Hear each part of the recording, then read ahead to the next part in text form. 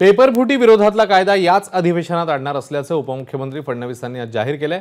गटकच्या जागाही आता टप्प्याटप्प्याने एमपीएससीद्वारे भरल्या जातील अशी घोषणाही त्यांनी केली। राज्यात कोणत्याही घोटाळ्याविना 77,000 पदभरती झाल्याची माहिती त्यांनी सभागृहात प्रश्नोत्तराच्या तासात दिली।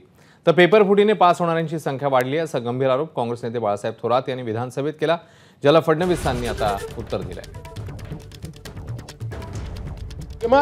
फर्स्ट पहिला मुलगा लॉग इन होतो, तो लॉग इन झाल्यानंतर पेपर सगळ्यांना उपलब्ध आहे, म्हणजे सगळ्या लोकांना। समजा कर्मचाऱ्यांनी काही संगनमत केलं असेल तर त्या तासभरामध्ये तो कोणाला तरी बाहेर ठेवून वगैरे असं काही करू शकतो।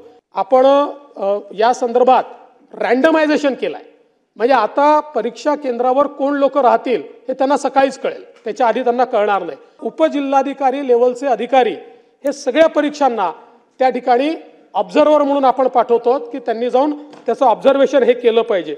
गट क च्या ज्या जागा आहेत, या गट क च्या जागाही टप्प्याटप्प्याने पुढच्या 6 महिन्यामध्ये या सगळ्या जागा गट क च्या याही आपण एमपीएससी कडे वर्ग करतोय।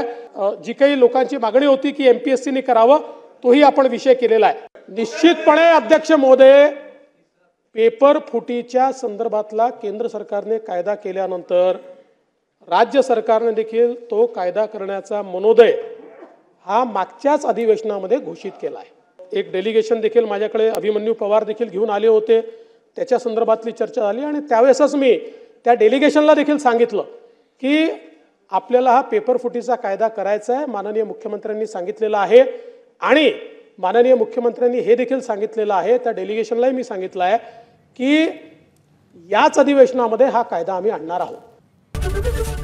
एबीपी माझा, उघडा डोळे बघा नीट।